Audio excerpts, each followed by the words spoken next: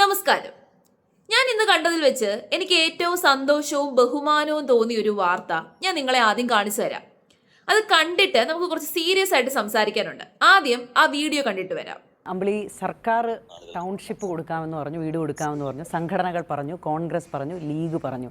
പക്ഷേ ഈ ദുരന്ത ഭൂമിയിലെ ഹീറോസ് ലീഗാണെന്ന് ഞാൻ പറയും. കാരണം പറഞ്ഞത് 101 വീടാണ്, 51 വീട് പൂർത്തിയാക്കിയിട്ടുണ്ട്. നമ്മളൊരു പാലുകാച്ചൽ ചടങ്ങിലേക്കാണ് ഇനി പോകാനിരിക്കുന്നത്. ദുരന്ത ബാധിതർക്കായി ലീഗ് നിർമ്മിച്ചു നൽകിയ വീടുകളിൽ നാളെ ഗൃഹപ്രവേശന ചടങ്ങ് നടക്കുകയാണ്. ആദ്യം നിർമ്മിച്ച 51 വീടുകളിലാണ് കുടുംബങ്ങൾ താമസം തുടങ്ങുക. അടിപൊളി അല്ലേ? നമ്മുടെ കേരള ഗവൺമെന്റ് ഈ ഒരു ദുരന്തം ഉണ്ടായതിനു ശേഷം ഭയങ്കര ഇമോഷണലായിട്ട് സെന്റിമെന്റൽ അപ്രോച്ച് ഒക്കെ നടത്തി കുറെ പൈസ വാങ്ങിച്ചെടുത്തായിരുന്നല്ലോ. ദുരിതാശ്വാസ ഫണ്ടിലേക്ക് കോടിക്കണക്കിന് രൂപയാണ് വന്നത്. എവിടുന്നൊക്കെയാണ് അന്ന് ഫണ്ട് വന്നത്? നമ്മുടെ സിനിമാ താരങ്ങൾ ഓരോരുത്തരും അവരെ കഴിയാൻ വിധം പൈസ കൊടുത്തു. പിന്നെ സമൂഹത്തിൽ ഉന്നതിയിൽ നിൽക്കുന്ന ഒരുപാട് മനുഷ്യന്മാര്, നല്ല മനസ്സുള്ള മനുഷ്യന്മാര് ലക്ഷക്കണക്കിന് രൂപ നൽകി. പിന്നെ ബിസിനസ്സുകാരന്മാര്, അതും പോരാഞ്ഞിട്ട് സെൻട്രൽ ഗവൺമെന്റിന്റെ ഫണ്ട് നമ്മുടെ കേരളത്തിലുള്ള ഓരോ മനുഷ്യരും അവരെ കഴിയാൻ വിധം, സാധാരണക്കാരായിട്ടുള്ള ഓരോ വ്യക്തികളും അവരെ കഴിയാൻ വിധം പിരിവ് നടത്തി. ഓരോ ജില്ലയിലും പിരിവ് നടത്തി. കുടുംബശ്രീയുടെ വക വേറൊരു പിരിവ്, പിന്നെ ഓരോ പാർട്ടിക്കാരുടെ വകയുള്ള പിരിവ്, അങ്ങനെ പിരിവുകൾ നടത്തി ലക്ഷക്കണക്കിന് കോടിക്കണക്കിന് രൂപയാണ് ആ ഒരു ഫണ്ടിലേക്ക് വന്നത്. കഴിഞ്ഞില്ല. തമിഴ്നാടും കർണാടക ഗവൺമെന്റും നൽകിയായിരുന്നു സഹായം. തമിഴ്നാട്ടിലെയും കർണാടകയിലെയൊക്കെയുള്ള സിനിമാ നടന്മാര്, ബിസിനസ്സുകാരന്മാര് അവരും നൽകി സംഭാവന. അങ്ങനെ കോടിക്കണക്കിന് രൂപ സംഭാവന വാങ്ങിച്ചപ്പോ സർക്കാർ പറഞ്ഞൊരു കാര്യമുണ്ട്, വയനാട്ടിലെ ദുരന്തബാധിതർക്ക് വീട് വെച്ച് നൽകും.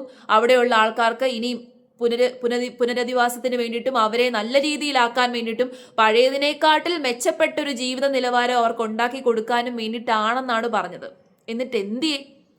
എലക്ഷൻ പ്രഖ്യാപിച്ച സമയത്ത് ആരാണ്ട്രയൊക്കെ കണ്ണിൽ പൊടിയിടാൻ വേണ്ടിയിട്ട് വലിയൊരു ടൗൺഷിപ്പ് ഉദ്ഘാടനമൊക്കെ നടത്തി.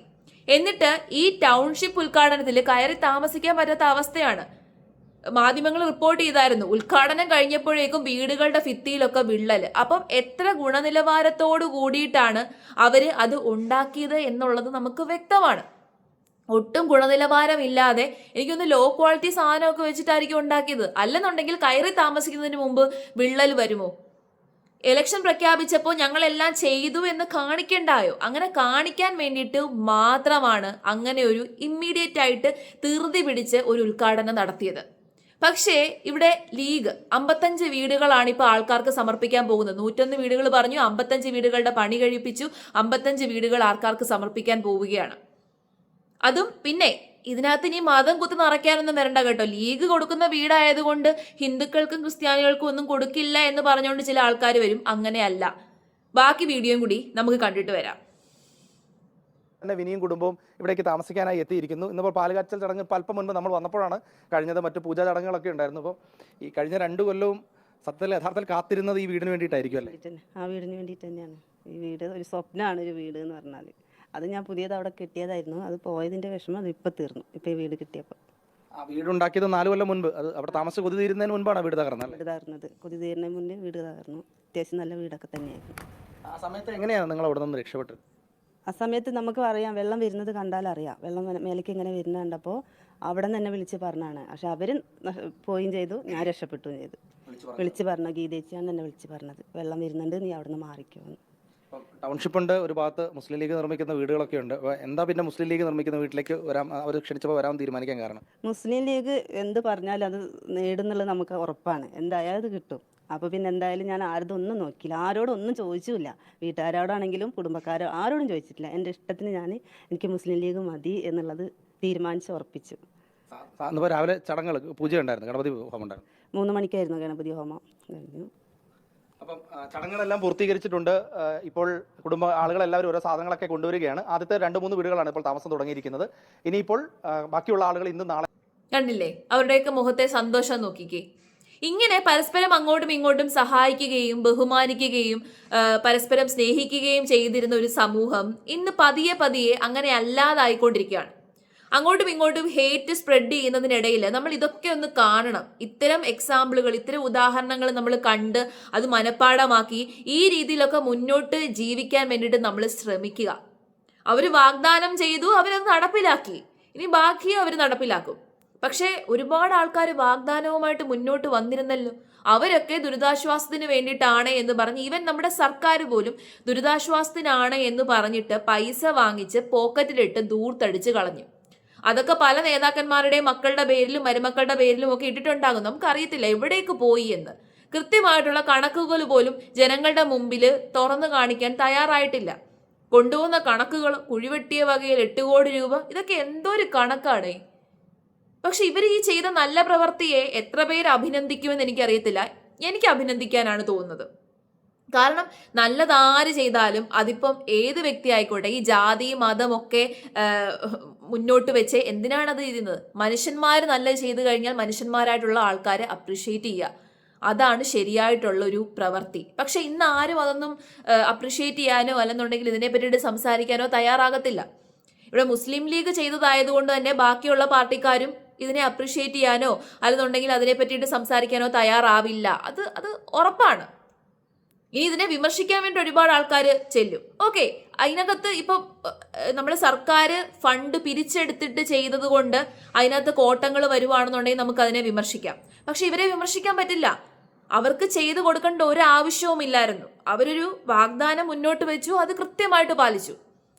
ഇപ്പൊ മുസ്ലിം ലീഗ് അല്ലെന്നുണ്ടെങ്കിൽ ബാക്കിയുള്ള പാർട്ടിക്കാർക്ക് ഇതൊക്കെ ചെയ്തു കൊടുക്കേണ്ട വല്ല ആവശ്യമുണ്ടോ? അവർക്കൊരു റെസ്പോൺസിബിലിറ്റി ഇല്ല. അവർക്ക് വേണമെങ്കിൽ കണ്ണടയ്ക്കാമായിരുന്നു. ഇങ്ങനൊരു ദുരന്തം നടന്നപ്പോൾ അപലപിക്കാമായിരുന്നു, മരിച്ചവരുടെ കുടുംബത്തിന് ഞങ്ങൾ വിഷമത്തോട് കൂടിയിട്ട് ഞങ്ങളും പങ്കുചേരുന്നു എന്നൊരു വാക്ക് മാത്രം പറഞ്ഞാൽ മതിയായിരുന്നു. അവരങ്ങനെ ചെയ്തില്ല.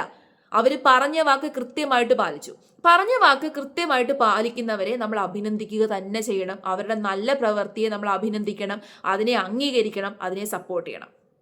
അങ്ങനെയാണ് ഒരു ഹെൽത്തി ആയിട്ടുള്ള സമൂഹത്തിലുള്ള ആൾക്കാർ ചെയ്യേണ്ടത്. അതാണ് ഞാനിവിടെ ചെയ്യുന്നത്. പക്ഷെ ഇന്ന് ഈ സമൂഹത്തിൻ്റെ അപര്യാപ്തത മൂലം പലരും ഇതിനെ അപ്രിഷ്യേറ്റ് ചെയ്യാൻ വേണ്ടിയിട്ട് മുന്നോട്ട് വരത്തില്ല. കാരണം ഇപ്പം അങ്ങോട്ടും ഇങ്ങോട്ടും എങ്ങനെ വൈരാഗ്യം കുത്തി നിറയ്ക്കണം, മതത്തിൻ്റെ പേര് പറഞ്ഞ് എങ്ങനെ കുത്തിത്തിരിപ്പുണ്ടാക്കണം എന്നാണ് ആൾക്കാർ കരുതിക്കൊണ്ടിരിക്കുന്നത്. അങ്ങനെയാണ് ആൾക്കാർ കരുതിക്കൊണ്ടിരിക്കുന്നത്. മാക്സിമം കുത്തിത്തിരിപ്പുണ്ടാക്കുക, മാക്സിമം വൈരാഗ്യം മനസ്സുകളിലേക്ക് സ്പ്രെഡ് ചെയ്യുക, അതിലൂടെ ആൾക്കാരെ തമ്മിൽ തല്ലിച്ച് തെറ്റിക്കുക, അങ്ങനെ രാഷ്ട്രീയക്കാർക്ക് നേട്ടമുണ്ടാക്കിയെടുക്കുക. എല്ലാവരുടെ ഇടയിലും തെറ്റായിട്ട് കാര്യങ്ങൾ ചെയ്യുകയും പറയുകയും ചെയ്യുന്ന ആൾക്കാരുണ്ട്. ആരും നല്ലവരൊന്നുമല്ല, ആരും പൂർണ്ണരൊന്നുമല്ല. 100% പെർഫെക്റ്റ് ആയിട്ടുള്ള ഒരു മനുഷ്യനും ഒരു ഗ്രൂപ്പും ഒരു സംഘടനയും ഈ ലോകത്തില്ല. ഒരു മനുഷ്യന്മാരും ഇല്ല. അപ്പോൾ എല്ലാവരുടെയും ഭാഗത്ത് നിന്ന് തെറ്റുകളുണ്ടാകും, കുറ്റങ്ങളുണ്ടാകും. നമ്മൾക്ക് ആ തെറ്റുകളെയും കുറ്റങ്ങളെയും വിമർശിക്കാം. പക്ഷേ മതത്തിന്റെ പേര് ഇപ്പം എന്താണ് ചെയ്യുന്നത് വെച്ച് കഴിഞ്ഞാൽ, ഏതെങ്കിലും ഒരു മതവിഭാഗത്തിൽപ്പെട്ടിട്ടുള്ള ആൾക്കാർ എന്തെങ്കിലും ഒരു തെറ്റ് ചെയ്ത് കഴിയുമ്പോഴേക്കും ആ മതത്തിൽപ്പെട്ടിട്ടുള്ള എല്ലാവരും മോശക്കാരാണ്. എനിക്ക് തോന്നുന്നു മുസ്ലിങ്ങൾക്കെതിരെ അനാവശ്യമായിട്ടുള്ളൊരു ഹെയ്റ്റ് നമ്മുടെ നാട്ടിൽ സ്പ്രെഡ് ചെയ്യുന്നുണ്ട്, മനഃപൂർവ്വം അനാവശ്യമായിട്ട്. അത് ആൾക്കാരുടെ ഉള്ളിലെ ഉള്ള ആ ഒരു സ്നേഹം ബഹുമാനമൊക്കെ ഇല്ലാതാക്കാൻ വേണ്ടിയിട്ടാണ്. ഇവിടെ മുസ്ലിം ലീഗിന് വേണമെന്നുണ്ടെങ്കിൽ ഞങ്ങൾ വീട് പണിഞ്ഞു, ഞങ്ങൾ മുസ്ലിം ലീഗ് ആയതുകൊണ്ട് തന്നെ മുസ്ലിങ്ങൾക്ക് മാത്രമേ ഞങ്ങൾ വീട് പണിഞ്ഞ് നൽകത്തുള്ളൂ എന്ന് പറയാമായിരുന്നല്ലോ. അവരങ്ങനെ ചെയ്തില്ലല്ലോ. ഇനി ഞങ്ങൾ പണിഞ്ഞു തന്ന വീടാണ്, അതുകൊണ്ട് ഹിന്ദു ആചാരപ്രകാരം അവിടെ ഗൃഹപ്രവേശനം നടത്താൻ പാടില്ല എന്ന് പറയാമായിരുന്നല്ലോ. പറഞ്ഞില്ലല്ലോ. അപ്പം അതാണ് പരസ്പര ബഹുമാനം എന്ന് പറയുന്നത്. ഇതിനെയാണ് പരസ്പര ബഹുമാനത്തോടു കൂടിയിട്ട് കഴിയുന്ന ഒരു സമൂഹത്തിൽ എല്ലാവരുടെയും മനസ്സിൽ സ്നേഹവും ബഹുമാനവും ഫ്രണ്ട്ഷിപ്പും മാത്രമേ ഉണ്ടാവത്തുള്ളൂ. അല്ലാത്ത സമൂഹത്തിലുള്ള ആൾക്കാരുടെ മനസ്സിൽ ദുഷിച്ച ചിന്തകളായിരിക്കും ഉണ്ടാവുക.